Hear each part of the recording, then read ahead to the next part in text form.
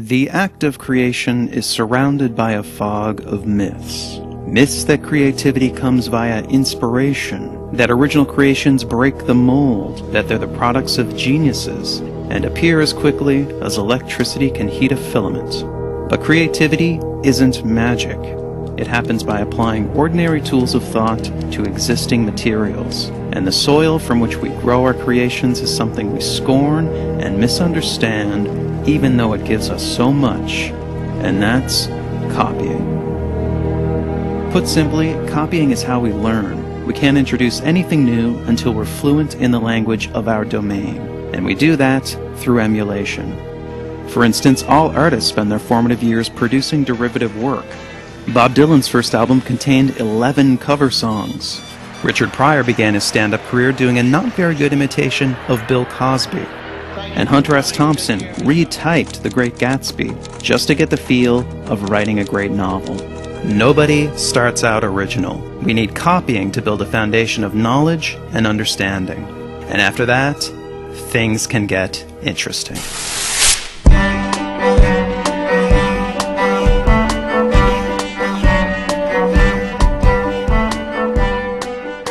After we've grounded ourselves in the fundamentals through copying, it's then possible to create something new through transformation, taking an idea and creating variations. This is time-consuming tinkering, but it can eventually produce a breakthrough. James Watt created a major improvement to the steam engine because he was assigned to repair a Thomas Newcomen steam engine. He then spent 12 years developing his version. Christopher Latham Scholes modeled his typewriter keyboard on a piano. This design slowly evolved over 5 years into the QWERTY layout we still use today.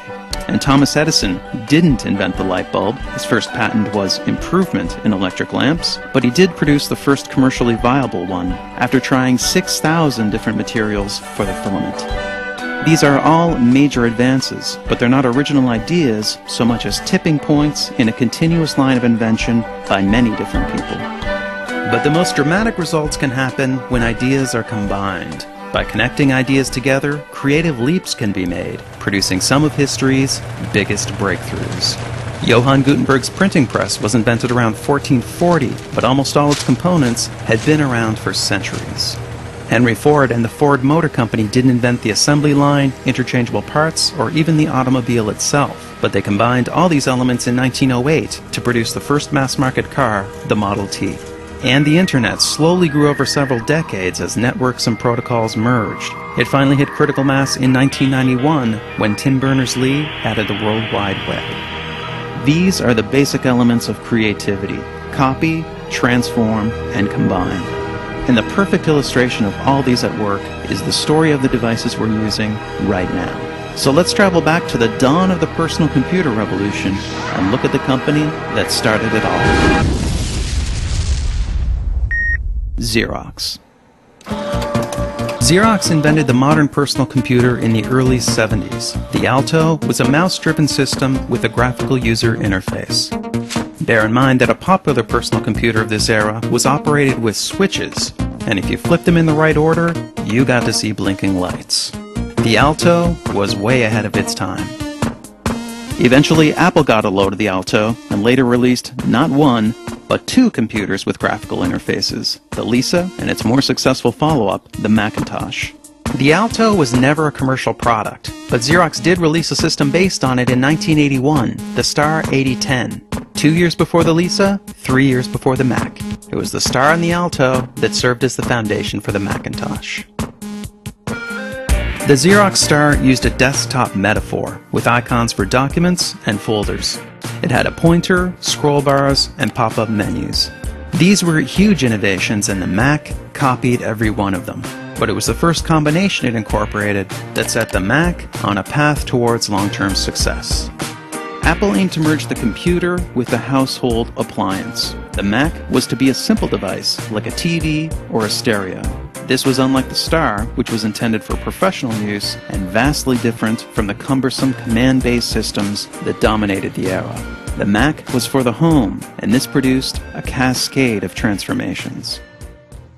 Firstly, Apple removed one of the buttons on the mouse to make its novel pointing device less confusing. Then they added the double click for opening files. The Star used a separate key to open files. The Mac also let you drag icons around and move and resize windows. The Star didn't have drag and drop. You moved and copied files by selecting an icon, pressing a key, then clicking a location. And you resized windows with a menu. The Star and the Alto both featured pop-up menus, but because the location of these would move around the screen, the user had to continually reorient. The Mac introduced the menu bar, which stayed in the same place no matter what you were doing.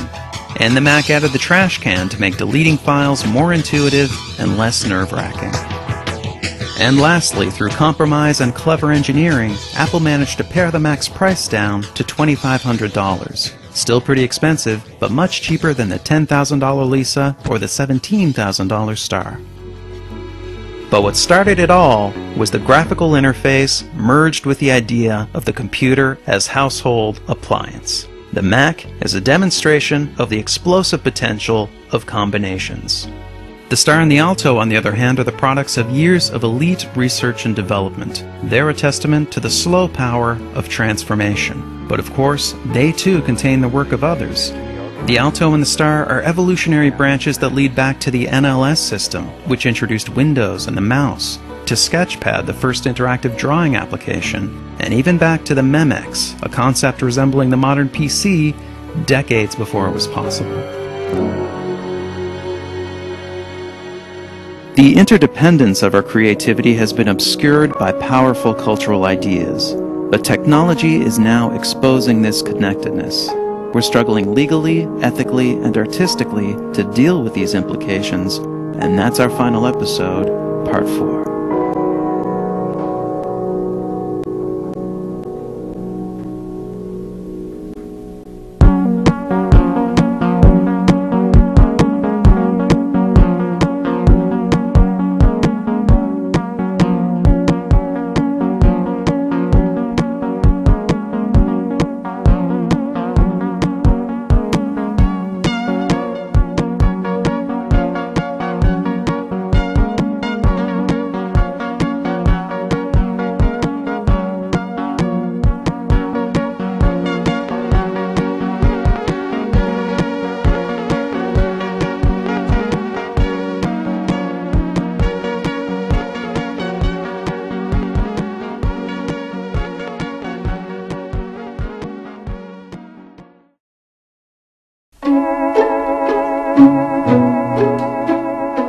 What if Xerox never decided to pursue the graphical interface? Or Thomas Edison found a different trade? What if Tim Berners-Lee never got the funding to develop the World Wide Web? Would our world be different? Would we be further behind? History seems to tell us things wouldn't be so different. Whenever there's a major breakthrough, there's usually others on the same path. Maybe a bit behind, maybe not behind at all. Isaac Newton and Gottfried Leibniz both invented calculus around 1684. Charles Darwin proposed the theory of evolution by natural selection, but Alfred Russel Wallace had pretty much the same idea at pretty much the same time. And Alexander Graham Bell and Elisha Gray filed patents for the telephone on the same day. We call this multiple discovery, the same innovation emerging from different places. Science and invention is riddled with it, but it can also happen in the arts. In film, for instance, we had 3 Coco Chanel movies released within 9 months of each other. Around 1999, we had a quartet of sci-fi movies about artificial reality. Even Charlie Kaufman's unusually original film, Synecdoche, New York, bears an uncanny resemblance to Tom McCarthy's novel, Remainder. Both are the stories of men who suddenly become wealthy and start recreating moments of their lives, even going so far as to recreate the recreations. And actually, the video you're watching, was written just before The New Yorker published a Malcolm Gladwell story about Apple, Xerox, and the nature of innovation. We're all building with the same materials. Sometimes by coincidence we get similar results, but sometimes innovations just seem inevitable.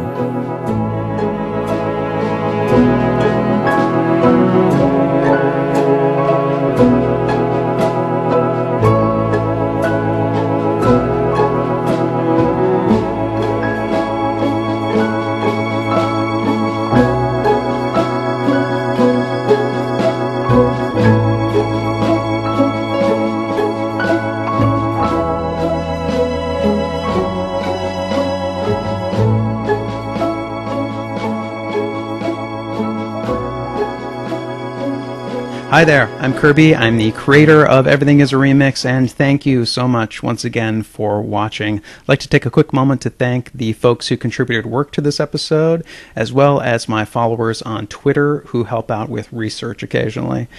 For the last time, financial donations are very much appreciated. Welcome. They really do help make this work. So if you're in a position to donate, please visit the donate page of the website and contribute whatever the series is worth for you. Also consider visiting the sources and references pages of the website and buy some of the books and music and movies that are there. That's the work that I'm building upon in this series, and those folks could certainly use your support as well. Lastly, come see me live. I have speaking engagements coming up. Check out the website for details. If you'd like to book me for a speaking engagement, email me at talks@everythingisaremix.info. That's it. Tune in next time for the exciting conclusion of Everything is a Remix and also an exciting announcement. All right. Take care, folks. Bye-bye.